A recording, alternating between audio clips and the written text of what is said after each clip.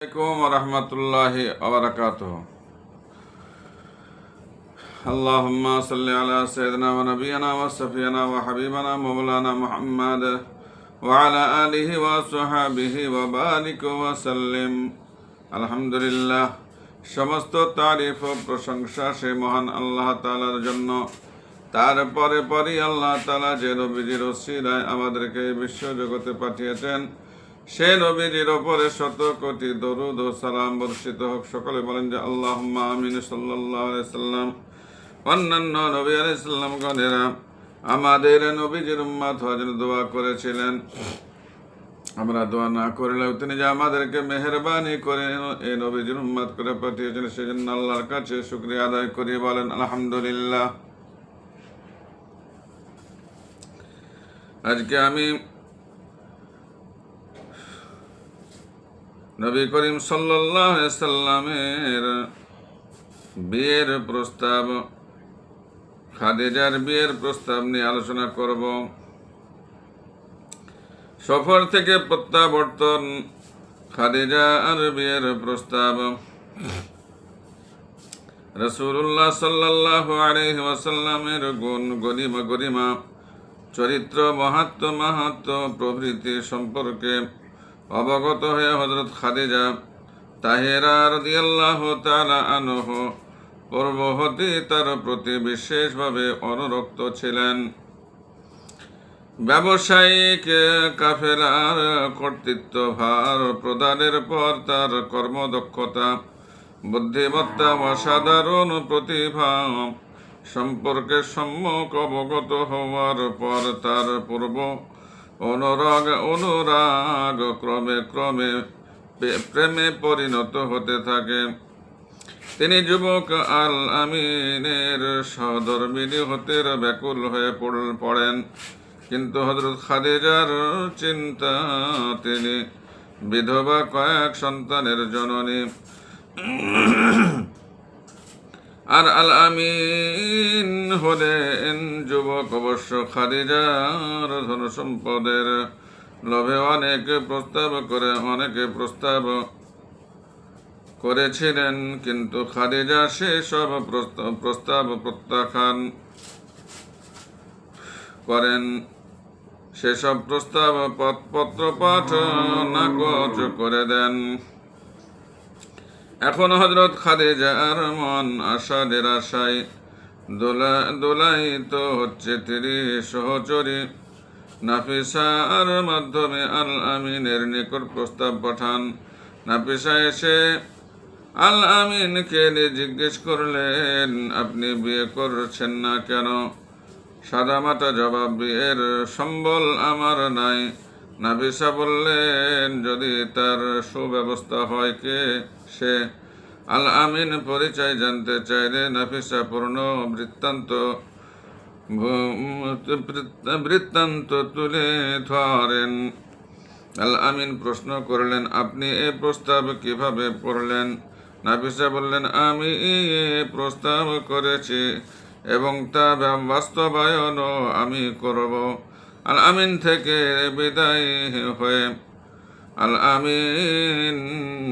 বিদায় হয়ে নাফিসা খাদিজা তাহেরাকে গিয়ে তার মিশরের মোটামুটি সাফল্যের কথা শোনান।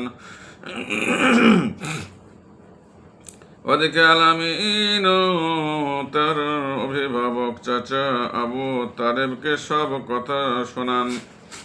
হযরত খাদিজার ব্যক্তিগত আগ্রহের কথা প্রকারান্তরে আবু তালেবকে জানিয়ে দেওয়া হয়। আবু তালেব খাদিজার চাচা আমর বিন আসাদের নিকট বিয়ের পেগাম পাঠান।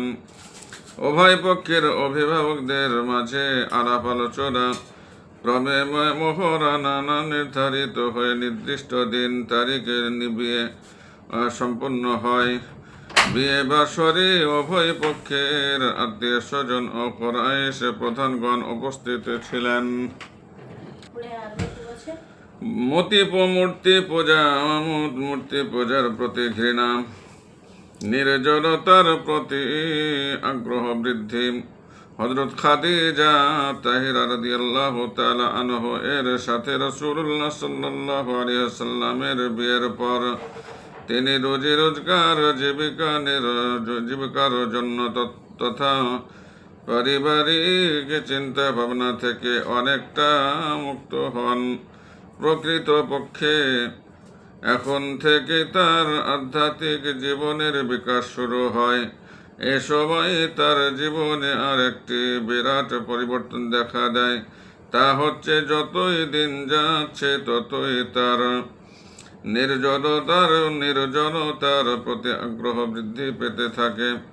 জীবনের প্রথম থেকে মূর্তি পূজার প্রতি তার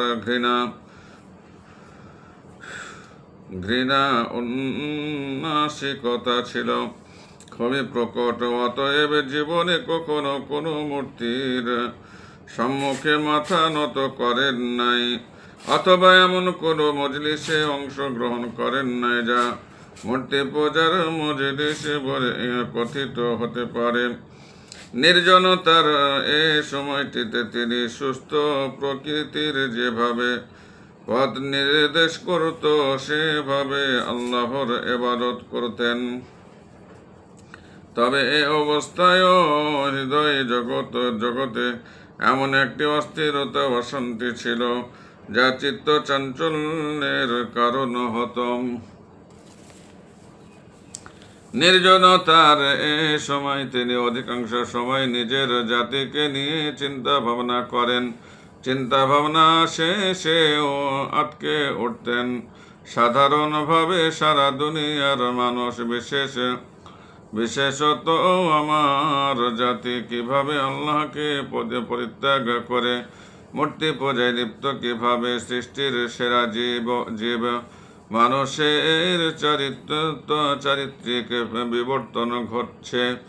আখের তার ভাবনা এমনকি পরশ পাথর হয়ে রয়েছে, যা বিদ্যমান পরিস্থিতিতে বিপ্লব সৃষ্টি করতে পারে এবং সত্যিকার অর্থে আল্লাহর ইবাদত ও নেক আমল নিজের বিকশিত হবার পর খুঁজে পেতে পারে। উল্লেখিত রূপ, আগ্রহ, অনুপ্রেরণা এবং প্রতিক্রিয়া অস্থির চঞ্চল্য হৃদয় জগতে প্রথিত ছিল। এসব নিয়ে তিনি আল্লাহ তাআলার স্মরণে নিয়োজিত থাকতেন। কাবা পুনরায় নির্মাণের আবশ্যকতা। কাবা প্রথম দিকে নিম্ন ভূমিতে অবস্থিত একটি ছাদ বিশিষ্ট ঘর ছিল। তাই বর্ষায় বৃষ্টির সব পানি প্রবল বেগে কাবা ঘরে প্রবেশ করত। এতে কাবা ঘর প্রায় ক্ষতিগ্রস্ত হতো। এ ক্ষতি নিবারণ কল্পে চতুর্দিকে একটি দেয়াল নির্মাণ করা হয়, কিন্তু প্রবল স্রোতের বেগে নির্মিত এ দেওয়ালও বিধ্বস্ত হয়। এই জন্য কাবা ঘর পুনর্নির্মাণের সংকল্প বেশ কিছুদিন থেকে ওরা এসে নেতৃবৃন্দের মনে স্থান লাভ করেছিল। একটি দুর্ঘটনা সংঘটিত হওয়ায় এ সংকল্প আরো দৃঢ় হয়। তা হচ্ছে, এ সময় কাবা ঘরের মধ্যখানে একটি গর্ত ছিল, যাতে মানুষের আমানতের মাল কাবা ঘরে রক্ষিত দেবমূর্তি সমূহের উদ্দেশ্যে মানুষের প্রদত্ত ভেট নৈবেদাদি রাখা হতো। একদিন জনক ব্যক্তি কাবার দেয়াল উল্লঙ্ঘন পূর্বক ভিতরে প্রবেশ করে গর্তে রক্ষিত বহু সম্পদ এবং দেবমূর্তি সমূহের গাত্রের বহু স্বর্ণালঙ্কার নিয়ে লম্বা মারে। মোট কথা, সুরক্ষা ও উন্নয়ন এবং মধ্যস্থ গর্তে রক্ষিত দ্রব্যাদির সংরক্ষণে বিধির কারণে কুরাইশ নেতৃবৃন্দ কাবা ঘর পুনরায় নির্মাণ তীব্র প্রয়োজন অনুভব করতে থাকে এবং তা বাস্তবায়নের দৃঢ় সংকল্প গ্রহণ করে। কুরাইশ প্রধানরা কাবা ঘর পুনরায় নির্মাণের সংকল্প তো গ্রহণ করল, কিন্তু এ সংকল্প বাস্তবায়নের পথে বাধা দুইটি: নির্মাণ সামগ্রীর অভাব এবং কাবা মধ্যস্থিত গর্তে কোথা থেকে সে আশ্রয় নেয়।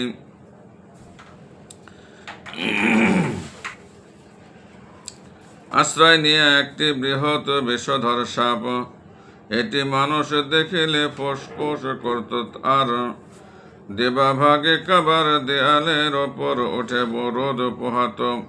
কুরাইশদের এই দুই সমস্যার সমাধান দুইভাবে হয়ে যায়। এ সময় এক গ্রিক সামুদ্রিক জাহাজ তড়িৎ হয়ে জিন্দা বন্দরের নিকট কুদে আছড়ে পড়ে ভেঙে চুরমার হয়ে যায়। মক্কাবাসী এ সংবাদ জানতে পেরে ওলীদ ইবনে মুগীরাকে পাঠিয়ে ভাঙা জাহাজের তক্তাগুলো কিনে আনে। এভাবে কাবা ঘর পুনর্নির্মাণে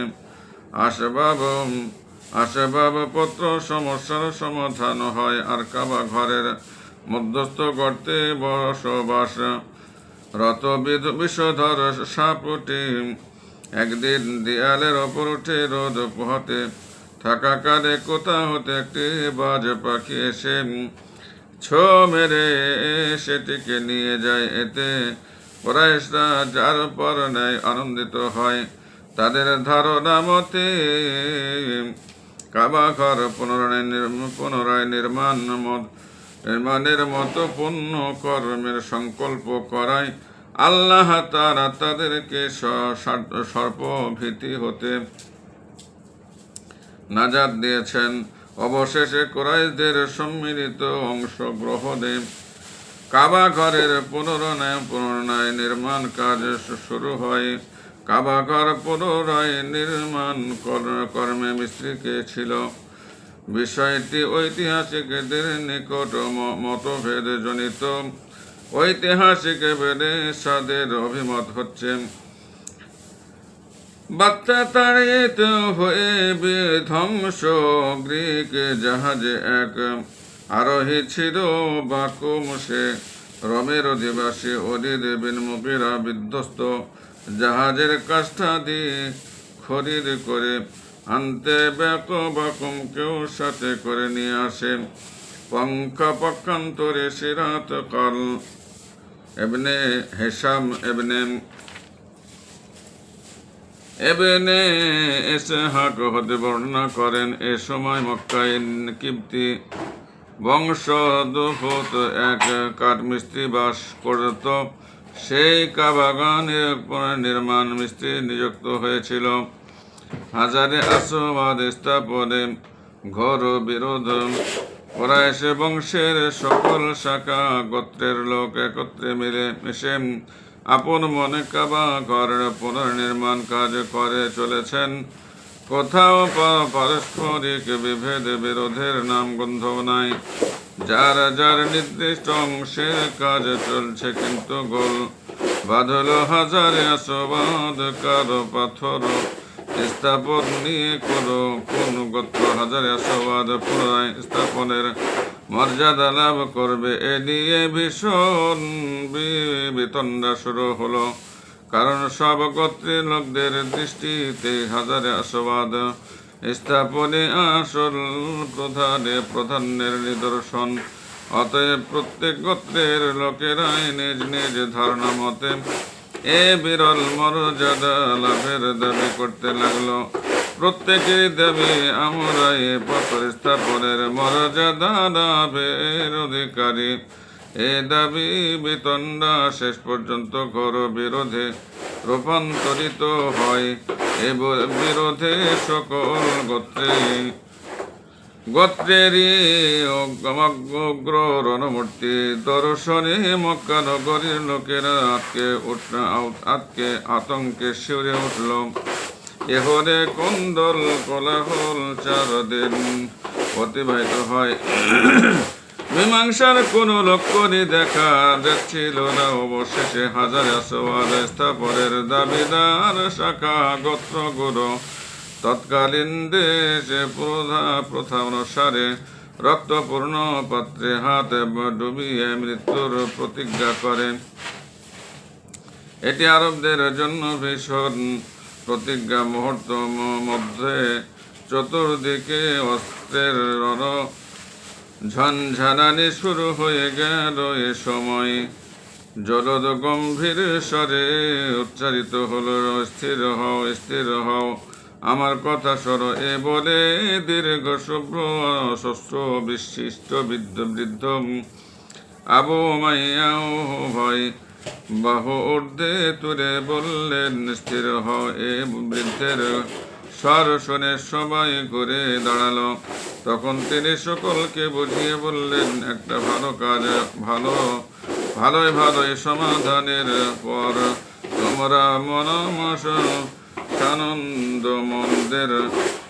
তোমরা মন্দের অশুভ সূচনা করো না যে আগামীকাল ভোরে সমগ্র সর্বাগ্রে কাবা চত্বরে প্রবেশ করবে। এই বিবাদের মীমাংসার দায়িত্ব তার অপর অর্পণ করে তোমরা ক্ষান্ত শান্ত হও। যাই হোক, এখানে শেষ করলাম। আপনারা খেয়াল রাখবেন, বিশ্বনবীর জীবনী, আমরা বিশ্বনবীর উম্মত।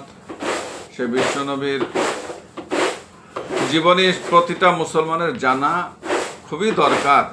মুসলমান হিসাবে সকলেরই জানা দরকার। বিধর্মী অন্যান্য জাতির মানুষেরা আমার নবীর জীবনী শোনার খুবই আগ্রহ প্রকাশ করে বা জানে অনেক। তা আপনারা সকলে এই জীবনীটা শুনবেন, প্রথম পর্ব থেকে শুনে আসবেন, শুনতে ভালো লাগবে। এখানে আমি শেষ করলাম। আমার জন্য দোয়া করবেন, আমি আপনাদের জন্য দোয়া চাই। আসসালামু আলাইকুম ওয়া রাহমাতুল্লাহি ওয়া বারাকাতুহু।